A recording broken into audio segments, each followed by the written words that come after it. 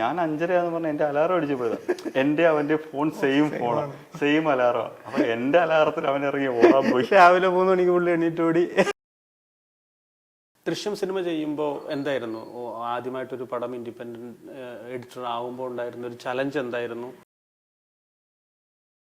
വാലാട്ടി എന്ന് പറയുന്ന പടം കുറച്ചും കൂടെ വ്യത്യാസമായിരുന്നു എന്ന് തോന്നുന്നു. അത് കുറച്ച് ഭയങ്കര ഏറ്റവും ചലഞ്ചിങ് ആയിട്ടുള്ള എന്താണ് അതിൻ്റെ അകത്തുണ്ട് ഏറ്റവും ബുദ്ധിമുട്ടായിട്ട് തോന്നിയിട്ടുള്ള ഒരു എഡിറ്റിങ് ഏതാണ് ശരിക്കും പറയാം? ഇത് തന്നെയാണ്, ഈ പടം തന്നെയായിരിക്കും? നല്ല ബുദ്ധിമുട്ടിയാണ് ചെയ്തത്.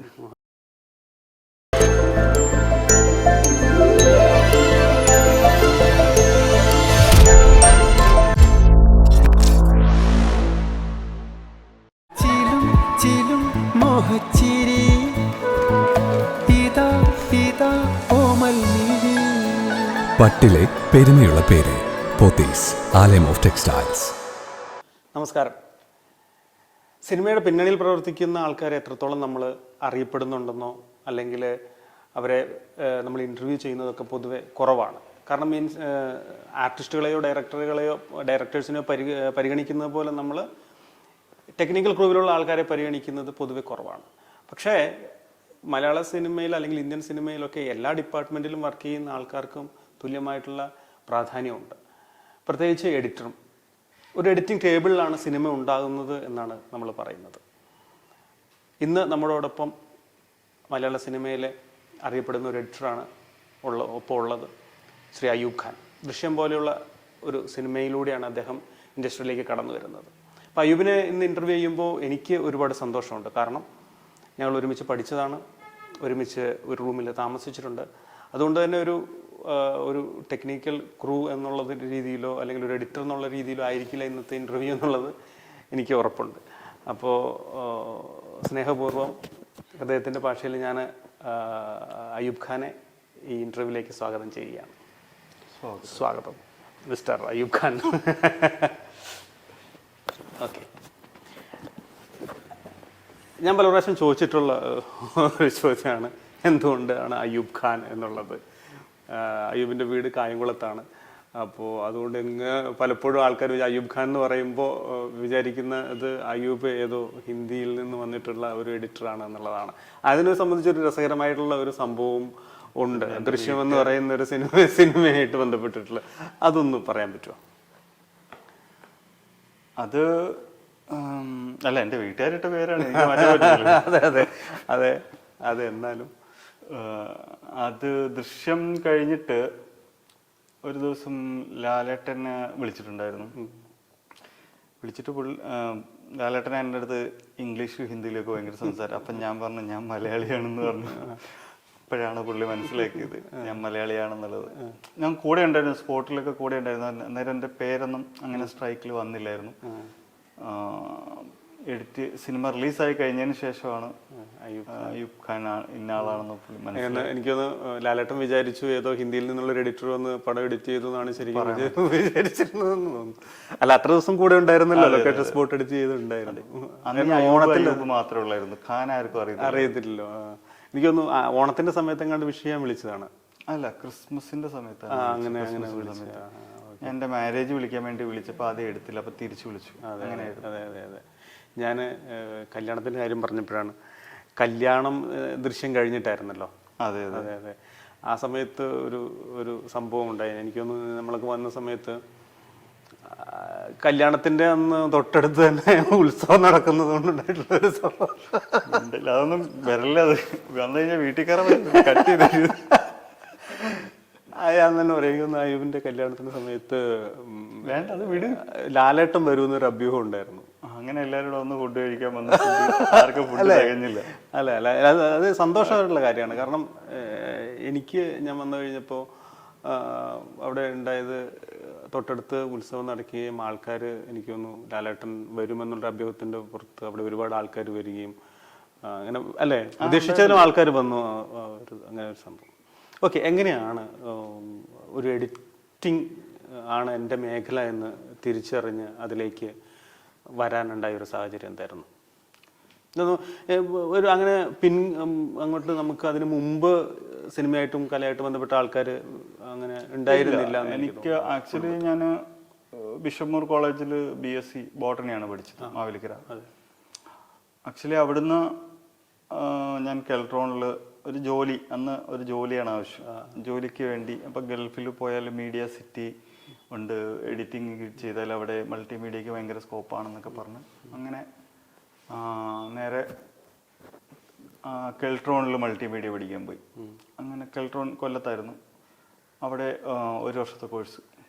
അതിൽ നിന്ന് മൾട്ടിമീഡിയയിൽ എല്ലാ കോഴ്സുകളും ഉണ്ട്, എഡിറ്റിംഗ് ഉണ്ട്, ഡിസൈനിങ് ഉണ്ട്, സൗണ്ട് എഞ്ചിനീയറിംഗ് ഉണ്ട്, എല്ലാം ഉണ്ട്, ആനിമേഷൻ എല്ലാം വരും. അതിൽ നിന്നും അപ്പോൾ എനിക്ക് എഡിറ്റിംഗ് കുറച്ച് ഇതായിട്ട് തോന്നി. എഡിറ്റിംഗ് അതിൻ്റെ അകത്ത് സ്പെസിഫിക്കേഷൻ അത് എടുത്താൽ കൊള്ളാമെന്ന് തോന്നി. അങ്ങനെ എടുത്ത് കൊച്ചിൻ മീഡിയ സ്കൂളിൻ്റെ അന്ന് ഇത് കഴിഞ്ഞപ്പോഴാണ് കൊച്ചിൻ മീഡിയ സ്കൂളിൻ്റെ ആഡ് വരുന്നത്. അങ്ങനെ കൊച്ചിൻ മീഡിയ സ്കൂളിൽ എഡിറ്റിംഗ് പഠിക്കാൻ കയറി. ഞങ്ങൾ പഠിച്ചപ്പോൾ 6 മാസത്തെ കോഴ്സായിരുന്നു. 6 മാസം. അപ്പം സ്റ്റാർട്ട് വരുന്നതേ ഉള്ളായിരുന്നു. 3 മാസത്തെ കോമൺ കോഴ്സും അപ്പം നമ്മളെല്ലാം ഒരുമിച്ചായിരുന്നു. അത് കഴിഞ്ഞിട്ട് 3 മാസത്തോളം എഡിറ്റിംഗ് ക്ലാസ്സുകൾ കഴിഞ്ഞു. അതിനുശേഷം എങ്ങോട്ട് പോകണമെന്നൊരു ഐഡിയ ഇല്ല.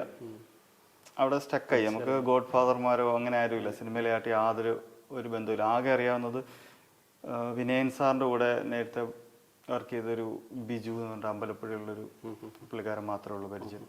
ആ പുള്ളിക്കാരനെ പരിചയപ്പെടുത്തിയത് ഞാൻ മൾട്ടിമീഡിയ കഴിഞ്ഞിട്ട് ഒരു സ്റ്റുഡിയോയിൽ പോകുന്നുണ്ടായിരുന്നു, ലെൻസ്മാൻ നാട്ടിൽ. അവിടുത്തെ സെയ്ഫ് എന്ന് പറഞ്ഞ പുള്ളിക്കാരനാണ് പരിചയപ്പെടുത്തുക. അങ്ങനത്തെ ഒരു ബന്ധമേ ഉള്ളൂ, വേറെ ബന്ധങ്ങളൊന്നുമില്ല.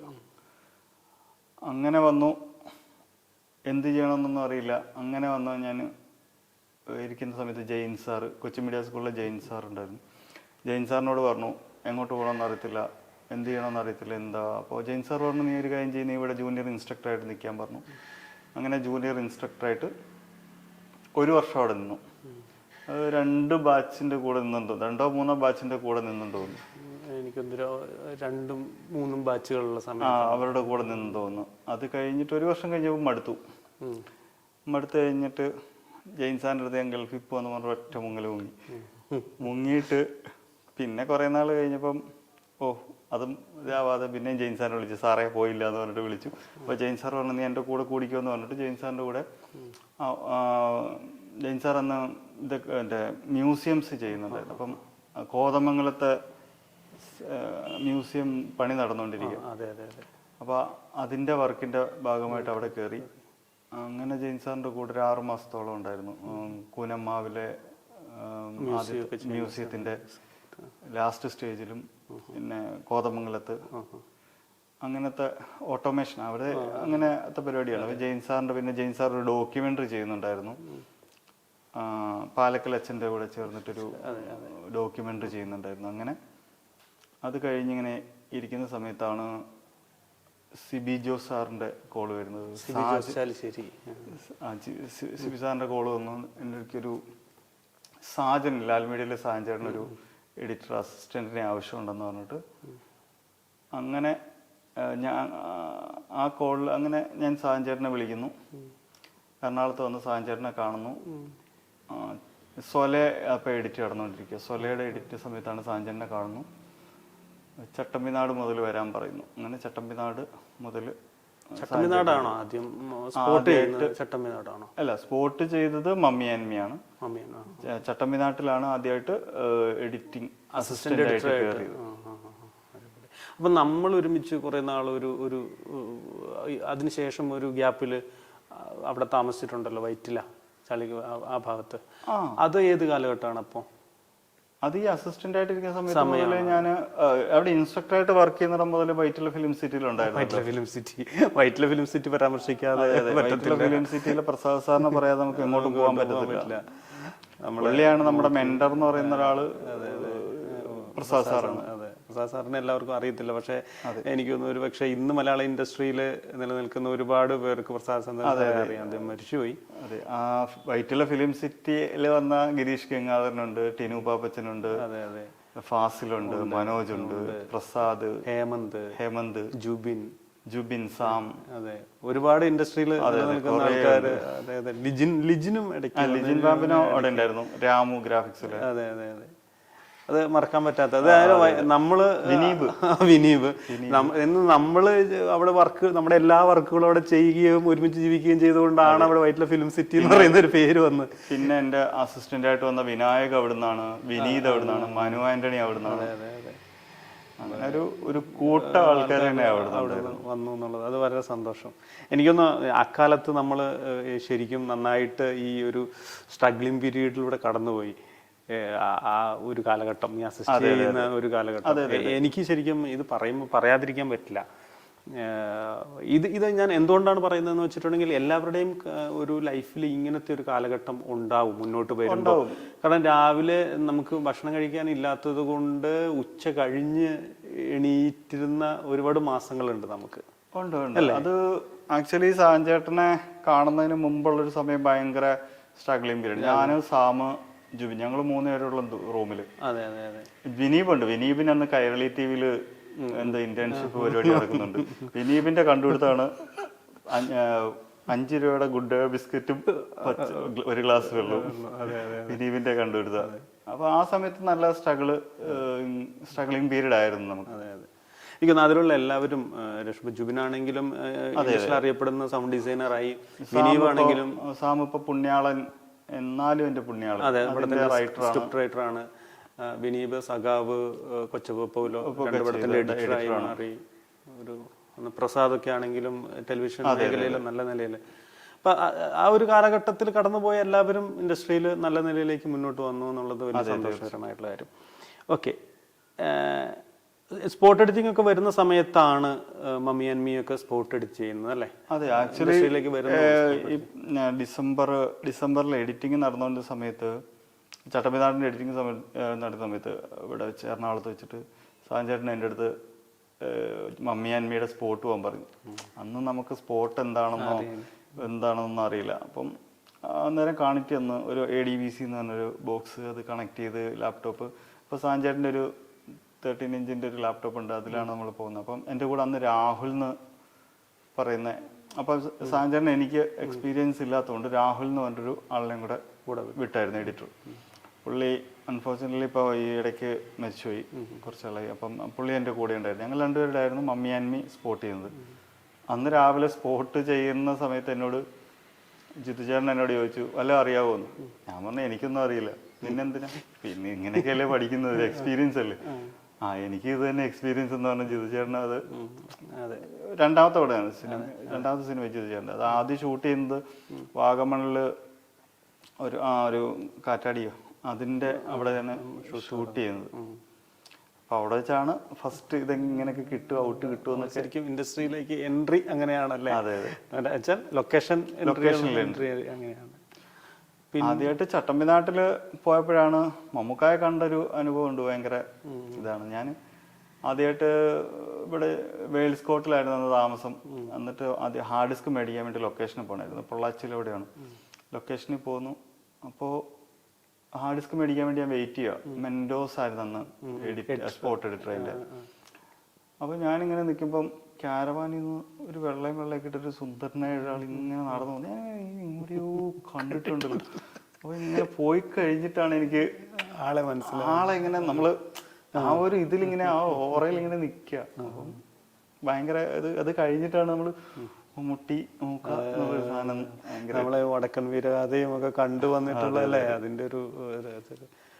പിന്നീട് സ്പോട്ട് എഡിറ്റിംഗ് കഴിഞ്ഞിട്ട് ദൃശ്യത്തിലേക്കുള്ള ദൃശ്യമാണ് ആദ്യത്തെ ഇൻഡിപെൻഡന്റ് എഡിറ്റിംഗ് എന്ന് പറഞ്ഞു. അതിനുശേഷം കുറെ പടങ്ങൾ സ്പോട്ട് എഡിറ്റ് ചെയ്തിട്ടുണ്ട്.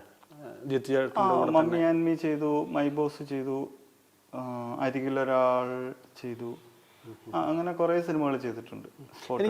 എനിക്ക് ഏറ്റവും റെസ്പെക്റ്റും ഒരു ഇഷ്ടവും തോന്നുന്ന ഒരു കാര്യം എന്താണെന്ന് വെച്ചാൽ, ഈ ഒരു പടത്തിന് ഇടയ്ക്ക് നീ അസിസ്റ്റ് ചെയ്തിരുന്ന എഡിറ്റർ ആ പടത്തിൽ നിന്ന് പോകുമ്പോൾ എഡിറ്ററായി മാറാനുള്ള ഒരു സാഹചര്യം നിനക്ക് ഉണ്ടായിരുന്നു അല്ലേ? മെമ്മറീസ് ആണെന്ന് തോന്നുന്നു. അതെ ഞാൻ ചെയ്തില്ല. അതെ അതൊരു ധീരമായിട്ടുള്ളൊരു തീരുമാനമായിരുന്നു. അന്ന് ഞങ്ങളൊക്കെ അതൊരു മണ്ടൻ തീരുമാനമായിരുന്നു എന്ന് പറഞ്ഞിരുന്നെങ്കിലും നീ എടുത്തൊരു ഡിസിഷൻ അല്ലേ? അതെ അത് പറയണ്ട. കട്ട് ചെയ്തേക്കണം. ഓക്കെ. പിന്നീട് ദൃശ്യത്തിലേക്ക് വിളിക്കുകയാണ് ഉണ്ടായത്. ആക്ച്വലി മൈബോസിന്റെ എഡിറ്റ് സമയത്ത് എഡിറ്റ് കഴിഞ്ഞിട്ടാണ് എന്നെ വിളിക്കുന്നത്. ഞാൻ അത് കഴിഞ്ഞിട്ട് മൈബോസ് സ്പോട്ട് ചെയ്തു. ഫൈനൽ എഡിറ്റിലെല്ലാം കൂടെ ഉണ്ടായിരുന്നു. അതെല്ലാം കഴിഞ്ഞിട്ട് മെമ്മറീസിന്റെ ട്രെയിലർ ചെയ്യാൻ വിളിച്ചു. മെമ്മറി ട്രെയിലർ ചെയ്തുകൊണ്ടിരുന്ന സമയത്താണ് എൻ്റെ അടുത്ത് നിനക്ക് കമ്പ്യൂട്ടറൊക്കെ ഉണ്ടോ എന്നൊക്കെ ചോദിച്ചു. ചേട്ടൻ ചോദിച്ചു.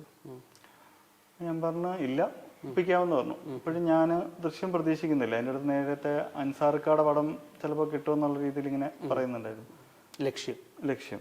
അപ്പോൾ അതിനെ ആയിരിക്കും വിചാരിച്ചു. അന്നാണ് ഒരു ദിവസം രാവിലെ 6 മണിക്ക് എന്നെ വിളിച്ചു കൊണ്ടുപോയിട്ട് എൻ്റെ അടുത്ത് പറയുന്നത് നീയാണ് ദൃശ്യം ചെയ്യുന്നതെന്ന് പറഞ്ഞു. അങ്ങനെ ആന്റണി ചേട്ടനെ പരിചയപ്പെടുത്തുന്നു. അങ്ങനെ അങ്ങനത്തെ കാര്യങ്ങളൊക്കെ അറിയാമായിരുന്നു. അതിന്റെ കഥ ആദ്യം മുതൽ മൈബോസിന്റെ സമയത്ത് അതിന്റെ സ്റ്റോറിയും കാര്യങ്ങളും എനിക്ക് അറിയായിരുന്നു. അപ്പോൾ അതില് ഓടുമെന്ന് ഉറപ്പായിരുന്നു. പക്ഷെ ഇങ്ങനെ ഹിറ്റ് ആവുമെന്നൊന്നും അന്ന് പ്രതീക്ഷയില്ലായിരുന്നു. അതൊരു വട്ടം ജിത്തുചേട്ടൻ്റെ കൂടെ ഞാൻ ട്രാവൽ ചെയ്തപ്പോൾ ഞാൻ പറയുകയും ചെയ്തിട്ടുണ്ടായിരുന്നു. അങ്ങനെ ഓടും എന്നുള്ളൊരു പ്രതീക്ഷ ഉണ്ടായിരുന്നില്ല. ദൃശ്യം സിനിമ ചെയ്യുമ്പോൾ എന്തായിരുന്നു ആദ്യമായിട്ടൊരു പടം ഇൻഡിപെൻഡന്റ് എഡിറ്റർ ആകുമ്പോൾ ഉണ്ടായിരുന്ന ഒരു ചലഞ്ച് എന്തായിരുന്നു? ഇതൊരു വലിയ ഒരു സിനിമ, അത് ഉണ്ടായിരുന്ന ചെയ്യുമ്പോൾ ഉണ്ടായിരുന്ന പ്രതിസന്ധികൾ എന്തൊക്കെയായിരുന്നു? ടെൻഷൻ ഉണ്ടാവുമല്ലോ, ഫസ്റ്റ് സിനിമയല്ലേ, ടെൻഷനുണ്ട്. പിന്നെ നമുക്ക് 1 മാസത്തിനുള്ളിൽ ഔട്ട്പുട്ട്, അതായത് ഡിസംബർ 19 റിലീസാണ്. ഡിസംബർ 19 റിലീസ് ചെയ്യാൻ വേണം. അപ്പം പാരലലി എഡിറ്റ് ചെയ്ത് പോയിക്കൊണ്ടിരിക്കുകയായിരുന്നു ചെയ്തുകൊണ്ടിരുന്നത്. അപ്പോൾ ഒരു പ്രാവശ്യം ഞാൻ ഓരോ ഇത് കാണിക്കുമ്പോഴും ജിത്തുചേട്ടനെ കൊണ്ട് കാണിക്കും. അപ്പോൾ ജിത്തുചേട്ടൻ എൻ്റെ അടുത്ത് ചോദിച്ചിട്ടുണ്ട്, നിനക്ക് ടെൻഷൻ ഉണ്ടെന്ന്. ഞാൻ പറഞ്ഞു ഉണ്ടെന്ന് പറഞ്ഞു. ടെൻഷൻ അടിക്കണ്ട, നമുക്ക് ഇതിൻ്റെ ഒരു ഓർഡർ നമ്മുടെ മനസ്സിലുണ്ട്, അത് അതേപോലെ തന്നെ പോവാം എന്ന് ജിത്തുചേട്ടൻ പറഞ്ഞു. അപ്പോൾ ആ ഒരു കോൺഫിഡൻസ് ആണ് ശരിക്കും നമ്മളെ ഡ്രൈവ് ചെയ്ത് മുന്നോട്ട് കൊണ്ടുപോയത്. അത് ഫൈനൽ ഔട്ട്പുട്ട് വരെ തന്നെ ജിത്തുചേട്ടൻ കൂടെ ഉണ്ടായിരുന്നു. അതിൻ്റെ അതുകൊണ്ട് പിന്നെ വേറെ ടെൻഷനും കാര്യങ്ങളൊന്നും ഇല്ലായിരുന്നു. ആദ്യത്തെ സിനിമ വൻ വിജയമായി തീരുമ്പോൾ ഉണ്ടാകുന്ന ഒരു സന്തോഷം, അതോടൊപ്പം നമ്മുടെ നാട്ടിൽ നിന്നുണ്ടാകുന്ന റെസ്പോൺസ്, അങ്ങനെ ഒരുപാട് ആ സിനിമ ഒരുപാട് സ്വാധീനിച്ചിട്ടുണ്ടാവില്ലേ? മലയാള സിനിമ എഡിറ്റ് ചെയ്യുന്നത് ഇപ്പോൾ ആർക്കും അറിയത്തില്ല. എറണാകുളത്ത് എന്തോ കമ്പ്യൂട്ടറിന്റെ പരിപാടിയാണെന്നൊക്കെ അറിയാം. അത് ഞാൻ പറഞ്ഞ ആ സിനിമ മലയാള സിനിമ അതുവരെ കണ്ടതിൽ ഏറ്റവും വലിയൊരു വിജയമായിരുന്നു ദൃശ്യം. അതെ. അപ്പൊ അത് നാട്ടുകാര് അത്രത്തോളം ആഘോഷിക്കപ്പെടാൻ കഴിയില്ല. എന്നുവെച്ചാൽ അവര് അറിയാം സിനിമയെ കുറിച്ച്. അങ്ങനെ ഭയങ്കര സിനിമ ആൾക്കാരൊന്നും കുറവാണ്. എൻ്റെ നാട്ടില് എൻ്റെ തൊട്ടടുത്തുള്ള കണ്ണൻ താമരക്കുളമാണ് അയലത്തുള്ളൊരു ആക്ച്വലി ഉള്ള സിനിമാക്കാരാണ്. പിന്നെ ആ പരിസരത്ത് സിനിമാക്കാരൊന്നും ഇല്ല. കായംകുളം, താമരക്കുളം. അതിനുശേഷം ഒരുപാട് സിനിമകൾ വന്നു. അതേ പ്രൊഡക്ഷൻ എന്ന് ജിത്തു സാറിന്റെ കൂടെ തന്നെ ഒരുപാട് പടങ്ങൾ ചെയ്തിട്ടുണ്ട്. ഹിന്ദി സിനിമ ചെയ്തു. ദി ബോഡി ഇമ്രാൻ ഹാഷ്മിയും ഋഷി കപൂറും.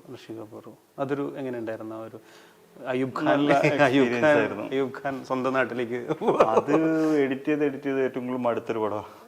ഒരുപാട് എഡിറ്റ് ചെയ്തു. എനിക്കൊന്ന് ഉദ്ദേശിച്ച പോലെ ഒരു വിജയം ഉണ്ടാക്കാൻ ഉണ്ടായില്ല. തമിഴ് എക്സ്പീരിയൻസ് കമൽ സാറിന്റെ കൂടെ ആയിരുന്നു. അത് ഒരു നൈസ് എക്സ്പീരിയൻസ് ആയിരുന്നു. വൻ ഭാഗ്യങ്ങളാണ്. മോഹൻലാല്, കമൽഹാസൻ. ദൃശ്യത്തിന് ശേഷം അതിന്റെ തന്നെ തമിഴ് റീമേക്ക് ആയിട്ടുള്ള പാപനാശത്തിലേക്ക് വരുന്നു. ഒരു തമിഴ് സിനിമയിലേക്ക് വരുന്നു. എനിക്കൊന്ന് മലയാളികളൊക്കെ തന്നെ ആയിരുന്നിരിക്കും അതിന്റെ ക്രൂ ആയിട്ടുണ്ടായിരുന്നു. എല്ലാവരും സെയിം ക്രൂ ആയിരുന്നു. ദൃശ്യത്തിന്റെ സെയിം ക്രൂ ആയിരുന്നു. അപ്പം കമലഹാസൻ എന്ന് പറയുന്ന നടനുമായിട്ടുള്ള ആ ലൊക്കേഷനിലുള്ള ഒരു എങ്ങനെയുണ്ടായിരുന്നു തമിഴ് സിനിമയിൽ ചെയ്തപ്പോൾ ഉണ്ടായൊരു? ഒരു വലിയ സിനിമയല്ലേ തമിഴ്? ഇവിടെ തന്നെ ആയിരുന്നു മോസ്റ്റ്ലി ഷൂട്ട് ചെയ്തത്. സെയിം വീഡിയോ തന്നെയായിരുന്നു ഷൂട്ട് ചെയ്തത് ദൃശ്യത്തിന്റെ. അപ്പോൾ അതിൻ്റെ അകത്ത് interesting factor Pranav Mohanlal assistant ഡയറക്ടറായിട്ട് വന്നിരുന്ന സിനിമയാണത്. എനിക്കൊന്ന് പ്രണവുമായിട്ട് ഭയങ്കരമായിട്ടുള്ള ഒരു അടുപ്പമുണ്ടായിട്ടുണ്ടല്ലോ അയ്യൂബ്? ആ സമയത്ത് ഉണ്ടായിരുന്നു. അപ്പോൾ നല്ല എക്സ്പീരിയൻസ് ആയിരുന്നു. കമൽ സാറ് സിനിമ കണ്ടിട്ട് നല്ല മലയാളത്തിലേക്കാളും കുറച്ചുകൂടെ ലെങ്തും കൂടുതലുണ്ടായിരുന്നു. ചേഞ്ചസ് എന്തെങ്കിലും ഉണ്ടായിരുന്നു? ഇല്ല, വലിയ ചേഞ്ചസ് ഒന്നും ഇല്ലായിരുന്നു. അതിൻ്റെ അകത്ത് ചെറിയ ചേഞ്ചസേ ഉള്ളായിരുന്നു. ശരിക്കും പറഞ്ഞാൽ വീണ്ടും ഒരു പടം ചെയ്യുക, അതേ പടം ചെയ്യുന്ന ഒരു ഫീൽ തന്നെയായിരുന്നു. അല്ല, അങ്ങനെ പറയാൻ പറ്റത്തില്ല. കുറച്ച് ഇമോഷൻസ് കുറച്ച് കൂടുതലായിരുന്നു അതിൽ, വേറെ രീതിയിലുള്ള ടേക്കിങ്സ് അങ്ങനെയായിരുന്നു. ഈ മലയാള സിനിമയും തമിഴ് സിനിമയും ഹിന്ദി സിനിമയും തമ്മിലുള്ള വ്യത്യാസങ്ങൾ എന്താ തോന്നിയത്? മീൻസ് ഷൂട്ടിങ് ലൊക്കേഷൻ വെച്ചാൽ ഓൾറെഡി ക്രൂ ഏകദേശമൊക്കെ സെയിം ആയിരിക്കും, എന്നിരുന്നാൽ തന്നെയും ആ ഇൻഡസ്ട്രിയിലേക്ക് നമ്മൾ വർക്ക് ചെയ്യുന്ന സമയത്ത് ഉണ്ടായിരുന്ന ഒരു മാറ്റം ഭയങ്കര ഫാസ്റ്റായിട്ടാണ്, മലയാളത്തിലെല്ലാം ഭയങ്കര ഫാസ്റ്റായിട്ടാണ് തീർന്നുകൊണ്ടിരുന്നത്. തമിഴിൽ അത് ഇപ്പം ജിത്തുചേട്ടൻ്റെ ഇതായതുകൊണ്ട് ജിത്തുചേട്ടനൊരു ഡേറ്റ് പറഞ്ഞു കഴിഞ്ഞാൽ ആ ഡേറ്റിനുള്ളിൽ എന്തായാലും തീർക്കും. ഇപ്പം ഹിന്ദി ആയാലും തമിഴായാലും മലയാളമായാലും ആ ഒരു ഡേറ്റിനുള്ളിൽ കറക്റ്റിന് തീർക്കും. അപ്പോൾ അങ്ങനെയുള്ള ഡിഫിക്കൽട്ടീസ് ഒന്നും നമുക്ക് അങ്ങനെ വന്നിട്ടില്ല. ജിത്തുചേട്ടൻ ആയതുകൊണ്ട് അങ്ങനെ വന്നിട്ടില്ല. ഹിന്ദിയാണ് പിന്നെയും ഒരു ലാഗ് വന്നത്? ഇല്ല, ലാഗൊന്നും വന്നിട്ടില്ല. കറക്റ്റ് ടൈം ഇല്ല, അതും ആ ടൈമിൽ തന്നെ കറക്റ്റ് സമയത്ത് തന്നെ തീർത്തു, സമയത്തിനുള്ളിൽ തന്നെ തീർത്തു. അതിനുശേഷം എനിക്ക് തോന്നുന്നു പിന്നെ ഒരു വലിയ ഒരു ഹിറ്റിലേക്ക് പോയത് അതിരനാണ്. എനിക്കൊന്ന് ആ ഒരു ഗ്രൂപ്പിൽ നിന്ന് മാറി ചെയ്തൊരു പടമാണ്. അതെ അതെ അല്ലേ? എനിക്കൊന്ന് ഒരുപാട് പടങ്ങൾ ജിത്തു സാറിന്റെ പ്രൊഡക്ഷൻ കമ്പനിയുടെ കൂടെ നിന്ന് ചെയ്തതിന് ശേഷം പിന്നീട് പുറത്ത് വന്ന് ചെയ്തൊരു സിനിമയാണ് അതിരൻ. അതെ അല്ലേ? അതൊരു എനിക്കൊന്ന് വലിയൊരു ഹിറ്റായിരുന്നു. അത് ഹിറ്റ് മാത്രമല്ല, അതിൽ എഡിറ്റിംഗ് ഭയങ്കരമായിട്ട് പ്രശംസിക്കപ്പെട്ടു എന്ന് എനിക്ക് തോന്നുന്നു. അല്ലെ? ചില ആക്ഷൻസ് ഇപ്പോൾ എനിക്കതിനകത്ത് ഓർമ്മ വരുന്നത് ആ കത്തി അല്ലേ, അങ്ങനത്തെ സാധനങ്ങളൊക്കെ എന്തായിരുന്നു അതിൻ്റെ അകത്തൊരു ട്രീറ്റ്മെന്റ് ശൈലി എന്തായിരുന്നു? എഡിറ്റിങ്ങിന് എങ്ങനെയാണ് അതിനൊരു വ്യത്യസ്തത കൊണ്ടുവരാൻ? ആക്ച്വലി ഭയങ്കര ഫ്രീഡം, നല്ല ഫ്രീഡം പുള്ളി വിവേകാണ് എൻ്റെ ഡയറക്ടർ. നല്ല ഫ്രീഡം തന്നിട്ടുണ്ടായിരുന്നു. നമ്മളൊരു സാധനം ചെയ്യുമ്പോൾ നിങ്ങൾ ചെയ്ത് കാണിക്കൂ, എന്നിട്ട് നമുക്ക് നോക്കാം എന്നുള്ള രീതിയിൽ നല്ല ഫ്രീഡം തന്നിട്ടുണ്ടായിരുന്നു. അപ്പം നമ്മളൊരു സീക്വൻസ് ചെയ്യുമ്പോൾ അത് ഇത് ഓക്കെ എന്നുള്ള രീതിയിൽ. ആക്ച്വലി ഇതിൻ്റെ എഡിറ്റിംഗ് രാവിലെയാണ് ഞങ്ങൾ ചെയ്തിട്ടുണ്ട്. രാവിലെ 5 മണിക്ക് വിവേക് വരും, 5 to 10 മണി, 10 മണിയാകുമ്പോൾ ക്ലോസ് ചെയ്യും. അങ്ങനെയായിരുന്നു എഡിറ്റ് ചെയ്തത്. അപ്പം ഒരു ഫ്രഷ് മൈൻഡ് എന്നുള്ള രീതിയിൽ വിവേക് പിന്നെ ഉറക്കവും അങ്ങനൊന്നും ഇല്ലാത്ത ഒരാളാണ്. അപ്പം ഏത് സമയത്തും അവൈലബിൾ ആയിട്ടുള്ളത്. അപ്പം വിവേക് വരും. അങ്ങനെ ഒരു സീക്വൻസ്. പിന്നെ ഒരു സീക്വൻസ് ഉണ്ട്, സായി പല്ലവിയുടെ ഒരു ടോർച്ചറിങ് സീക്വൻസ് ഉണ്ട് അതിൻ്റെ. അത് ആക്ച്വലി ഒരു വട്ടം ചെയ്ത് കഴിഞ്ഞിട്ട് പുള്ളി വന്ന് കണ്ടിട്ട് ഞാൻ പറഞ്ഞു, രണ്ടാമത് ചെയ്യാൻ എന്നോട് പറയരുത്, ഇതെങ്ങനെയോ ചെയ്ത് കിട്ടിയിട്ടുണ്ട്, രണ്ടാമത് ചെയ്യാൻ പറയരുത് എന്ന് പറഞ്ഞിട്ട് അത് പുള്ളി അന്നേരം തന്നെ ലോക്ക് ചെയ്തു. ആ സായി പല്ലവി ടോർച്ചറിങ് ഒരു സീക്വൻസ് ഉണ്ട്. അപ്പം അത് ഭയങ്കര ഫ്രീഡം, പുള്ളിയുടെ ഫ്രീഡവും നമ്മൾ ഭയങ്കര റാപ്പോയിൽ വർക്ക് ചെയ്തൊരു പടമാണ് അതിര്. അതും ഈ പറയുന്ന പോലെ അടുത്തൊരു വലിയ ആർട്ടിസ്റ്റ് ആയിരുന്നു അല്ലേ, ഫഹദായിരുന്നു. എന്തായിരുന്നു അതിൻ്റെ ഒരു എക്സ്പീരിയൻസ് ആ സിനിമയുടെ? ഞാൻ പറയുന്നത് ഒരു കൂട്ടത്തിൽ നിന്ന് മാറി ഒരു പുതിയതായിട്ട് ചെയ്യുന്നു, പിന്നെ സ്റ്റൈലിൽ നിന്ന് മാറി പുതിയതായിട്ട് ഇപ്പം പുതിയതായിട്ട് ഒരാൾ വന്നാൽ പോലും നമ്മളൊരു സാധനം ചെയ്യുമ്പോൾ ആ ഡയറക്ടർ പുതിയ ആളായിരിക്കും, ഫസ്റ്റ് പടമായിരിക്കും ചെയ്തിരിക്കുന്നത്. ഇപ്പം നമ്മളെക്കാളുള്ള ഏജിലൊക്കെ കുറഞ്ഞ ഫസ്റ്റ് പടം നമ്മളൊരു സാധനം ചെയ്ത് കാണിക്കുമ്പോൾ നമുക്ക് എന്തായാലും ടെൻഷൻ ഉണ്ടാവും. നമ്മൾ ആ ഡയറക്ടർ ഉദ്ദേശിക്കുന്ന സാധനം തന്നെയാണോ നമ്മൾ ചെയ്ത് വെച്ചേക്കുന്നത് എന്നുള്ളൊരു ടെൻഷൻ എന്തായാലും ഉണ്ട്. ഇല്ലെങ്കിൽ നമ്മൾ അവിടുന്ന് പൊളിഞ്ഞു തുടങ്ങും. പിന്നെ നമ്മൾ ചെയ്ത് വെച്ചേക്കുന്നത് ശരിയായില്ലെങ്കിൽ പിന്നെ നമ്മൾ ആദ്യം മുതൽ റീവർക്ക് ചെയ്യാം. അത് പുള്ളിയുടെ ഇഷ്ടത്തിന് എന്തായാലും നമ്മൾ റീവർക്ക് ചെയ്യണം, പുള്ളിയുടെ ഇഷ്ടത്തിന് റീവർക്ക് ചെയ്യണം. അപ്പോൾ ആ ഒരു ടെൻഷൻ എപ്പോഴും നമുക്കുണ്ട്. ഇത് ശരിയാണോ കറക്റ്റാണോ ചെയ്ത് വെച്ചേക്കുന്ന ടെൻഷൻ ശരിക്കും ഉണ്ടായിട്ടാണ് നമ്മൾ ഡയറക്ടർ കാണിക്കുന്നത്. വൺസ് നമ്മളൊരു, അതായത് ഫസ്റ്റിൽ തിരുത്തം, അത് കഴിഞ്ഞിട്ട് നമ്മൾ റാപ്പോയിൽ ഇരുന്ന് തുടങ്ങിക്കഴിഞ്ഞ് എഡിറ്റിംഗ് നമ്മൾ സിങ്ക് ആയി കഴിഞ്ഞാൽ പിന്നെ ഓക്കെ ത്രൂ ഔട്ട് ലാസ്റ്റ് വരെ. അങ്ങനെ പിന്നെ ചില കശവിശകൾ എന്തായാലും ഉണ്ടാവും, സ്വാഭാവികമായിട്ടും ഉണ്ടാവും, തർക്കങ്ങളുണ്ടാവും, ഇത് വേണം അത് വേണം എന്നുള്ള തർക്കങ്ങളും കാര്യങ്ങളൊക്കെ സ്വാഭാവികമായിട്ടും ഉണ്ടായി. അതിലൂടെയാണ് സിനിമ ശരിക്കും ഉണ്ടാകുന്നത്. ഈ വാലാട്ടി എന്ന് പറയുന്ന പടം കുറച്ചും കൂടെ വ്യത്യാസമായിരുന്നു തോന്നുന്നു. അത് കുറച്ച് ഭയങ്കര ഏറ്റവും ചലഞ്ചിങ് ആയിട്ടുള്ള എന്താണ് അതിൻ്റെ അകത്തുള്ള ഡിഫിക്കൽട്ടീസും കാര്യങ്ങളും ഒക്കെ? ആക്ച്വലി അത് 92 മണിക്കൂറോളം ഷൂട്ട് ചെയ്തിട്ടുണ്ട്. 92 മണിക്കൂർ റഷസ് ഉണ്ട്. 92 മണിക്കൂർ റഷസ് ചെയ്യുന്ന 1:42 സിനിമയുടെ ഫൈനൽ ഡ്യൂറേഷൻ. അപ്പോൾ അത്രയും കണ്ടിട്ട് വേണം എഡിറ്റ് ചെയ്യാൻ. വട്ടായി കാണുമല്ലേ? ആ അതെ. അത് കാര്യം എന്ന് വെച്ചാൽ നമുക്കൊരു 10 സെക്കൻഡിൽ കൂടുതലൊരു ഡോഗിനെ നമുക്ക് ഹോൾഡ് ചെയ്യാൻ, ക്യാമറ ലുക്ക് ഹോൾഡ് ചെയ്യാൻ പറ്റത്തില്ല. അതിന്റെ കണ്ണ് എപ്പോഴും മൂവ് ചെയ്തുകൊണ്ടിരിക്കും, എപ്പോഴും കണ്ണ് മൂവ് ചെയ്തുകൊണ്ടിരിക്കുന്ന ഒരു ജീവിയാണ്. ഒരിടത്ത് കോൺസെൻട്രേറ്റ് ചെയ്ത് നിൽക്കത്തില്ല. അപ്പോൾ നമ്മൾ ആ ഒരു 10 സെക്കൻഡിൽ നമുക്ക് വേണ്ട ഡയലോഗ്സ്, ആ ഇമോഷൻ, അവിടെ ഡയലോഗ്സ് ഉണ്ട്, ഡയലോഗ്സ് അല്ലെങ്കിൽ ആ ഇമോഷൻ, റിയാക്ഷൻ, ഇമോഷൻ ആണെങ്കിൽ ആ ഇമോഷൻ നമുക്ക് അത് എടുക്കണം 10 സെക്കൻഡ് അല്ലെങ്കിൽ 15 സെക്കൻഡിൽ. അപ്പൊ ആ ത്രൂ ഔട്ട് ആ റഷ് മൊത്തം കണ്ടാൽ മാത്രമേ നമുക്ക് അതിന് ക്യാപ്ചർ ചെയ്ത് എടുക്കാൻ പറ്റത്തുള്ളൂ. അത് നല്ല ചലഞ്ച്. അത് ഏകദേശം 1 വർഷത്തോളം ഒരുപാട് കാലം എടുത്തു. ഒരു നന്നായിട്ട് കുറെ വർക്ക് ചെയ്ത് അതിൻ്റെ അകത്ത്. അത് തന്നെ ഒരു നോർമൽ. പക്ഷെ ദേവൻ 2018 മുതൽ അതിന്റെ പുറകിൽ തന്നെ ഉണ്ട്. ദേവനും ഉണ്ട്, നമ്മളെല്ലാരും ഉണ്ട്. ക്രൂ ഒരു പപ്പി ആയിരുന്നപ്പോ തന്നെ നമ്മൾ മേടിച്ച് വളർത്തിയത്. അതിനെ മേടിച്ച് വളർത്തി ട്രെയിൻ ചെയ്തെടുത്ത എല്ലാ പട്ടികളെ റോട്ട് വീലർ ഒഴിച്ചു ബാക്കി എല്ലാ പട്ടികളെയും അങ്ങനെ തന്നെ കുഞ്ഞായിരുന്നു വളർത്തിയെടുത്ത. അപ്പോ അന്നേരം മുതലേ നമ്മൾ അതിന്റെ കൂടെ ഉണ്ട്. അപ്പൊ അതിന്റെ വളർച്ചയും സിനിമയുടെ വളർച്ചയും സിനിമയിലെ ഇൻവോൾവ്മെന്റ് നമുക്കുണ്ട്. അത് ദേവനാണെങ്കിലും മരിച്ച് ഒരു സിനിമയില് അത്രയും മരിച്ച് വർക്ക് ചെയ്തിട്ടുണ്ട്. പിന്നെ അതൊരു പരീക്ഷണ ചിത്രമായിരുന്നല്ലോ അല്ലെ? അതെ അതെ. ആദ്യമായിട്ട് ഡോഗ്സ് അല്ലെങ്കിൽ ആനിമൽസ് സംസാരിക്കുന്ന ഒരു സിനിമ. അത് ആനിമൽസ് തന്നെ വെച്ച് ഷൂട്ട് ചെയ്ത് ഗ്രാഫിക്സിന്റെ ഗ്രാഫിക്സ് ആകെ ഉള്ളത് ലിപ് മൂവ്മെന്റിന് മാത്രമേ ഗ്രാഫിക്സ് ചെയ്തിട്ടുള്ളൂ. ബാക്കി ലിപ് ഒന്നിലും ചെയ്തിട്ടില്ല. അത് ആർട്ടിസ്റ്റുകൾ തന്നെയാണ് ഡബ് ചെയ്തത്. അത് കാണിക്കാൻ വേണ്ടി ഒരു നെട്ടോട്ടമായിരുന്നു. ഒരു സാധനം ചെയ്തിട്ട് നമ്മൾ അസിസ്റ്റന്റ് ഡയറക്ടേഴ്സ് ഒക്കെ ആയിരുന്നു ഡബ് ചെയ്തത്. അപ്പോൾ ഒരു ആർട്ടിസ്റ്റിനോട് നമ്മളിത് പറയുമ്പോൾ അവർക്കിത് എന്താണെന്ന് അറിയില്ല. അപ്പൊ ഇത് കാണിച്ചിട്ട് വേണം അവരുടെ അടുത്തുനിന്ന് വോയിസ് ഡബ് ചെയ്യാൻ വേണ്ടി. അപ്പോൾ ഞാൻ 2-3 അടുത്ത് പോയിട്ടുണ്ടായിരുന്നു ദേവന്റെ കൂടെ. ഒന്ന് സൗബിന്റെ അടുത്തും റോഷന്റെ അടുത്തൊക്കെ പോയത് ഞാനായിരുന്നു. അപ്പോൾ അവര് സണ്ണിവേന്റെ അടുത്തും പോയിട്ടുണ്ട്. അവരത് കണ്ടിട്ട് നിങ്ങളിത് ചെയ്തു വെച്ചേക്കുന്നത് അവർക്ക് അതിലേക്ക് ആക്ച്വലി ഭയങ്കര ഡെഡിക്കേഷനായി. അപ്പൊ ഇത് ഞങ്ങൾ ചെയ്തോളാം എന്നുള്ള രീതിയിലായി. എനിക്കൊന്ന് മലയാളത്തിലെ ഒരുമാതിരിപ്പെട്ട എല്ലാ ആർട്ടിസ്റ്റുകളും ഒത്തിരി ആർട്ടിസ്റ്റുകളുണ്ട്. എനിക്കൊന്ന് അത് പിന്നെ അത്ര ഈ പരീക്ഷണ ചിത്രത്തിന്റെ ഒരു പ്രശ്നം ഉണ്ടായിരുന്നു അല്ലേ? കുഴപ്പമില്ല. കുറച്ചും കൂടെ ഒരു നമ്മളെ സംബന്ധിച്ചിടത്തോളം നല്ല എക്സ്പീരിയൻസ് ആയിരുന്നു. നന്നായിട്ട് സമയമെടുത്ത് വർക്ക് ചെയ്യാൻ പറ്റിയൊരു ഫിലിമായിരുന്നു. ഏറ്റവും ബുദ്ധിമുട്ടായിട്ട് തോന്നിയിട്ടുള്ള ഒരു എഡിറ്റിങ് ഏതാണ് ശരിക്കും? ഇത് തന്നെയാണ്, ഈ പടം തന്നെയായിരിക്കും? നല്ല ബുദ്ധിമുട്ട് ചെയ്തത്. അതെ അതെ. ഇനി എന്താ പുതിയ പ്രൊജക്ടുകൾ? ഇപ്പൊ ഞാൻ അർജുൻ സർജ ഡയറക്ട് ചെയ്യുന്ന ഒരു തെലുങ്ക് മൂവി എഡിറ്റ് ചെയ്തോണ്ടിരിക്കുന്നു. നമ്മുടെ ഹൈദരാബാദ് ആക്ടർ ജെന്റിൽമാൻ ചെയ്ത അർജുൻ സാർ ചെയ്ത ഇപ്പം ഷൂട്ട് പാരലിൽ നടക്കുന്നുണ്ട്. അതിന്റെ ഒരു എഡിറ്റിംഗ് നടക്കുന്നു. ഹൈദരാബാദാണ്. പിന്നെ അതേപോലെ പ്രമോദ് ഷെട്ടി ഒക്കെ അഭിനയിച്ചിട്ട് കന്നഡ മൂവിയും എഡിറ്റ് നടക്കുന്നു. മലയാളം വിട്ടുപോയി? ഇല്ല, ഇവിടെ ചെയ്യുന്നുണ്ട്. പ്രിൻസസ് സ്ട്രീറ്റ് ബാലു വർഗീസിന്റെ പ്രിൻസസ് സ്ട്രീറ്റ് ഓൾറെഡി എഡിറ്റ് കഴിഞ്ഞു. പിന്നെ ജങ്കാർ എന്ന് പറഞ്ഞിട്ടൊരു അപ്പാനിശക്തും ശബരീഷുള്ള ഒരു സിനിമയുടെ അതിന്റെ ഫൈനൽ എഡിറ്റ് നടന്നുകൊണ്ടിരിക്കുന്നു.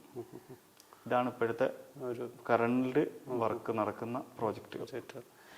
എന്താണ് പുതിയതായിട്ട് ഇപ്പോൾ എഡിറ്റിംഗ് ഏരിയയിലേക്ക് വരാൻ ആഗ്രഹിക്കുന്ന ആൾക്കാരോട് എഡിറ്റർ എന്നുള്ള രീതിയിൽ? എനിക്കൊന്ന് ഈ എഡിറ്റിംഗ് എന്ന് പറയുമ്പോൾ സിനിമ തന്നെ എന്നില്ലല്ലേ? എഡിറ്റിംഗിന് ഒരുപാട് സാധ്യതകളുണ്ട്. അതെ അതെ, ഒരുപാട് സാധ്യതകളുണ്ട്. തീർച്ചയായിട്ടും. എന്തായിരിക്കും അവരോട് പറയാനുള്ള ഒരു എങ്ങനെയായിരിക്കണം? എന്താണ് ഈ ഒരു യാത്രയിൽ നമുക്ക് നമ്മളെ പോലെ തന്നെ നമ്മൾ വന്നത് സ്ട്രഗിൾ ചെയ്ത് തന്നെയാണ്. ഈ സ്ട്രഗിൾ ഇപ്പൊ പഠിച്ചിറങ്ങിയിട്ട് നേരെ നമുക്ക് ജോലി കിട്ടണമെന്നോ നേരെ എഡിറ്റിംഗ് കിട്ടണമെന്നോ യാതൊരു നിർബന്ധമില്ല. അപ്പൊ അതിന് സമയമെടുക്കും. എന്തായാലും സ്ട്രഗിൾ ചെയ്താലേ നമുക്ക് എത്താൻ പറ്റുമോ? സ്ട്രഗിൾ ചെയ്യേണ്ടി വരും. എവിടെയെങ്കിലും ഒരു സ്ട്രഗിളിംഗ് പോയിന്റ് ഉണ്ടാവും. ആ സ്ട്രഗിളിംഗ് പോയിന്റ് കഴിഞ്ഞാൽ നമ്മളുടെ കാര്യം സ്മൂത്തായി. ഈ നോയമ്പ് സമയമാണ് അല്ലേ? അപ്പോൾ നോയമ്പ് സമയത്താണ് ഇങ്ങനെ ഒരു ഇന്റർവ്യൂ. നോയമ്പുമായിട്ട് ബന്ധപ്പെട്ട് നോയമ്പ് സമയത്താണ് എനിക്ക് ഇൻഡിപെൻഡന്റ് ആവാനുള്ള അസിസ്റ്റന്റ് ആവാനുള്ള കോള് വരുന്നത്. നോമ്പ് സമയത്താണ്. ഞാനും സാമും ജുബിനോടെ നോമ്പിന് നാട്ടിൽ പോയി വീട്ടിൽ നിന്നപ്പോഴാണ് സിബി ജോസ് സാറിന്റെ കോളും സാഞ്ചേട്ടൻ്റെ എൻട്രിയും. അപ്പോൾ സാഞ്ചേട്ടനെ കാണാനും ഞാൻ പോയപ്പോൾ നോമ്പ് സമയത്ത് തന്നെയാണ് പോകുന്നത്, ദേശാഭിമാനില്ല. അപ്പോൾ സാഞ്ചേട്ടനെ കണ്ടിട്ട് അവിടെ നോമ്പ് തുറന്നിട്ട് അങ്ങനെ വന്നത്. നോമ്പ് സമയത്ത് തന്നെയാണ് സിനിമയിലേക്കുള്ള എൻട്രി. നോമ്പ് കഴിഞ്ഞിട്ടാണ് തോന്നുന്നു ചട്ടമ്പിനാട് തുടങ്ങിയത്. നോയമ്പിൻ്റെ സമയത്ത് ഈ പറഞ്ഞപ്പോഴും എനിക്ക് രസകരമായിട്ടുള്ളൊരു സംഭവം ഉണ്ടായിട്ടുള്ളത്, നമ്മുടെ കൂടെ ബണ്ണി ഉണ്ടായിരുന്നല്ലോ. നമ്മളൊരു ഒന്ന് പറയാമോ? ഞാൻ ആക്ച്വലി നമ്മുടെ കൂടെ റിജേഷ് ബണ്ണി എന്ന് പറയും. ബണ്ണി നമ്മൾ രാവിലെ, ഞാൻ നോമ്പിന് രാവിലെ കഴിക്കാൻ വേണ്ടി 3:30 അലാറം വെക്കും. ബണ്ണി എന്ന് പറയുന്ന ആള് ഭയങ്കര അത്ലറ്റിക് ആയിട്ടുള്ള മനുഷ്യൻ. രാവിലെ ഓടാൻ പോകുന്നു, ചാടാൻ പോകുന്നു, നടക്കുന്നു. പുള്ളി കറക്റ്റ് 5:30 ആകുമ്പോൾ എണീക്കും പോകുന്ന ഒരാളായിരുന്നു. അപ്പോൾ ഒരു ദിവസം രാവിലെ ഞാൻ 3:30 ആയിട്ടും അലാറം അടിക്കുന്നില്ല, എന്താ സംഭവം എന്നറിയാതെ ചാടി എണീറ്റ് നോക്കിയപ്പോൾ 4:30 ഒരുത്തൻ ഞാനിങ്ങനെ ഫുഡൊക്കെ കഴിച്ചിട്ട് വാതിൽ തുറന്നപ്പോൾ കൊണ്ട് ഒരുത്തൻ ചാടി കയറി വന്നിട്ട് പറയും, ഇരുട്ടാടാ ഫുള്ള്, നേരം വെളുത്തില്ല. അപ്പൊ ഞാൻ ചോദിച്ചു, എന്താണ് നീ എന്തിനാ നേരത്തെ പോയത്? ഞാൻ 5:30 പറഞ്ഞ എന്റെ അലാറം അടിച്ചു പോയതാ. എന്റെ അവന്റെ ഫോൺ സെയിം അലാറമാണ്. അപ്പൊ എന്റെ അലാറത്തിൽ അവൻ ഇറങ്ങി ഓടാൻ പോയി. രാവിലെ 3 മണിക്ക് പുള്ളി എണീറ്റ് ഓടി വൈറ്റിന് ജംഗ്ഷനിൽ കൊണ്ട് 2 റൗണ്ട് ഇരുട്ടാണ് പറഞ്ഞ് തിരിച്ചു പോയത്. അല്ല, അത് കുറെ നാൾ നമ്മൾ ആഘോഷിച്ച ഒരു ഇൻസിഡന്റ് ആയിരുന്നു. ബണ്ണി നമ്മുടെ കൂട്ടത്തിലുള്ളൊരു കിടിലൻ ക്യാരക്ടറായിരുന്നു.